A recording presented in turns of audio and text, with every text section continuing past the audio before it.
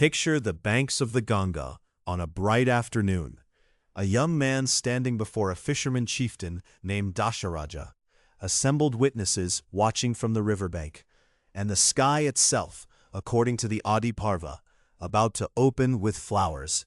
The young man is Devavrata, son of King Shantanu and the goddess Ganga herself, trained in the martial arts under Parashurama, designated crown prince of Hastinapura.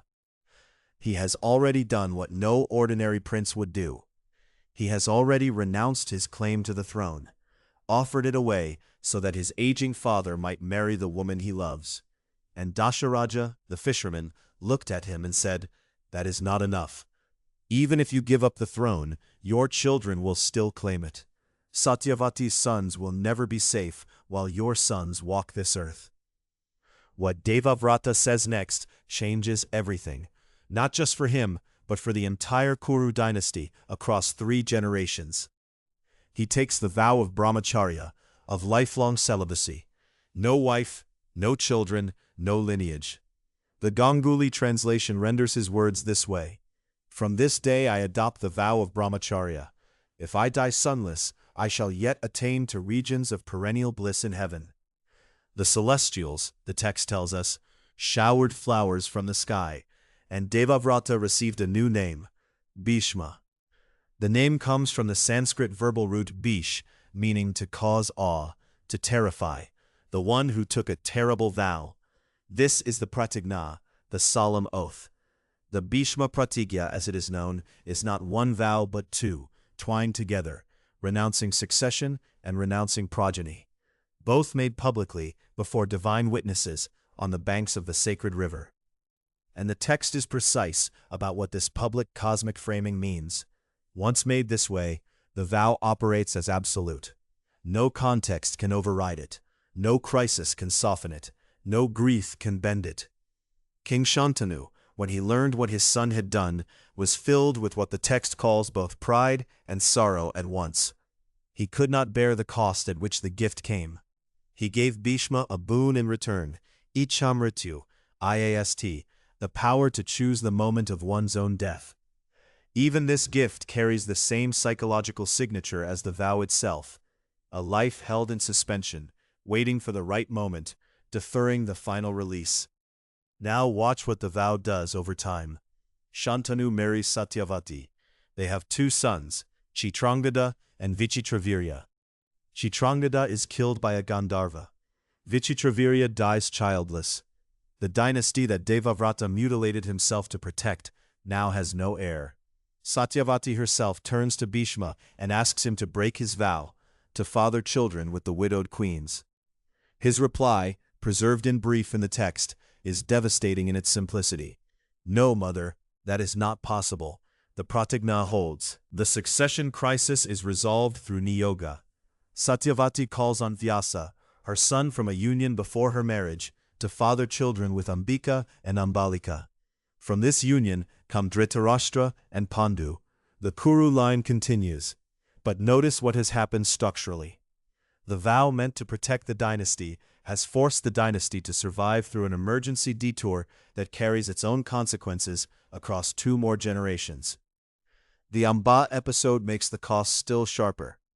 Bhishma attends the Svayamvara of 3 Kashi princesses, Amba, Ambika, and Ambalika, and abducts them by force for his half-brother Vichitravirya. Only afterward does he learn that Amba had already chosen King Shalva at the ceremony. He returns her. Shalva rejects her. She comes back to Bhishma and asks him to marry her. She has no one else, and Bhishma refuses, citing his oath. The battle between Bhishma and his own teacher Parashurama, which unfolds across 23 days in the Ujoga Parva without either man yielding, and which ends only through divine intervention, is itself a portrait of rigidity meeting rigidity. 2 immovable principles, 2 men for whom the inner rule has become the whole self, locked in a draw. Amba undertakes tapas, severe austerity. She receives a boon from Shiva. She is reborn as Shikhandi, and Shikhandi will be, decades later, the precise instrument of Bhishma's fall. The vow's collateral damage, manufactures the mechanism of Bhishma's own death. This is not poetic irony added by a later editor. It is the text's structural argument, played out across the entire arc of the Adi, Ujoga, and Bhishma Parvas. A principle held past its natural limit does not merely fail. It turns and destroys the one who held it. Consider a woman in her late 50s who has spent 30 years organizing her life around a single loyalty, perhaps to a marriage that stopped being nourishing long ago, or to an aging parent's vision of what her life should look like, or to a promise made in her 20s about who she would be. She has honored it faithfully without complaint, while quietly watching what that fidelity has cost the people around her. Not because she is a bad person, because the vow became her identity, and breaking it would mean admitting that the vow itself was the problem. Bhishma's tragedy lives in exactly that recognition, or rather in his lifelong refusal to reach it.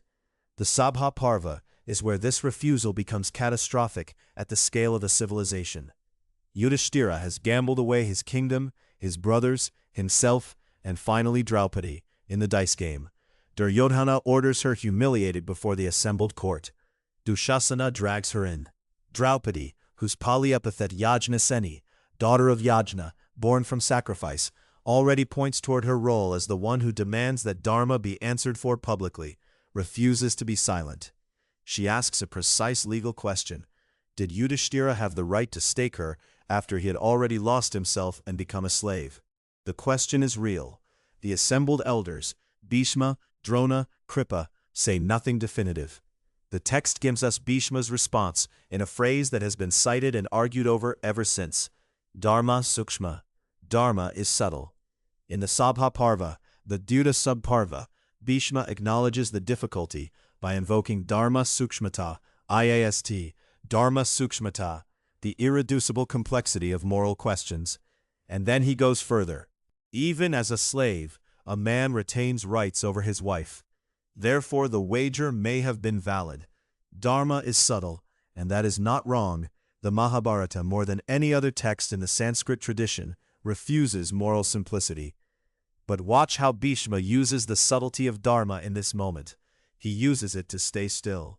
He uses intellectual complexity as a reason not to act. The text is quiet about this, but absolutely clear. The elders of the court, men of wisdom and authority, mostly remain silent or helpless, while a woman is being humiliated in front of them. Draupadi herself secures her release, not through the men who were supposed to protect her, but by appealing to a higher Dharma directly, and to Dhritarashtra's eventual fear.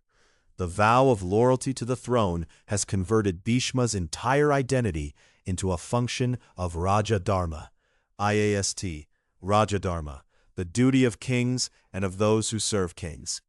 Whoever sits on the throne of Hastinapura commands his allegiance. This was its design. It was meant to be a gift to his father. Over decades it became a cage. By the time of the dice game, it has become something worse, a philosophical framework that permits him to watch a catastrophe unfold and call his stillness principle. When the Kurukshetra war finally erupts, Bhishma commands the Kaurava forces for the first 10 days of 18. The text is explicit that he favors the Pandavas personally. He does not fight for Duryodhana's justice. He fights because Hastinapura's throne demands it, and his vow demands the throne. On the 10th day, the Pandavas bring Shikhandi to the front. Bhishma himself had declared he would not fight a woman or one who appeared feminine. He lowers his bow. Arjuna's arrows find him through Shikhandi's presence as shield. He falls. Because he holds Ikchamrityu, the boon of chosen death, he does not die on the battlefield. He lies on a bed of arrows, the Shadashaya, under the open sky of Kurukshetra, waiting. He waits approximately 58 nights for Uttarayana, the sun's northward journey, the auspicious moment. He chooses Magha Maha Shukla Paksha Ashtami Tithi to release his breath. And on that arrow bed, surrounded by warriors and sages and kings, Bhishma delivers the discourses recorded in the Shanti Parva and the Anushasana Parva.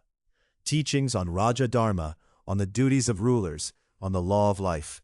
He hands the Vishnu Sahasranama to Yudhishthira.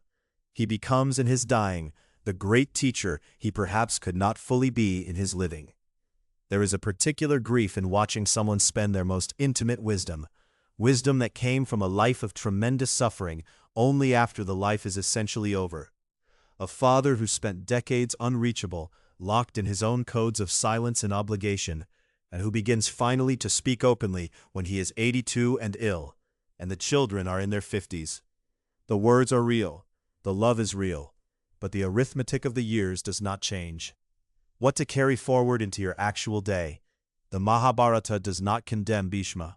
The text states plainly that he attained salvation. His vow was made from love, in a real moment, for real reasons. The question the text presses is not whether vows and loyalties are wrong, but whether we know the difference between a living commitment and a calcified one. Whether we can feel the moment when devotion to a principle has quietly become an excuse not to feel the moral claim standing directly in front of us. The pratigna that saved one person's happiness destroyed 3 generations, not because Bhishma was evil, but because he could not distinguish between fidelity and rigidity when the ground had shifted beneath the vow. A principle that cannot bend in the presence of Draupadi's question is not strength. It is fear wearing the armor of duty.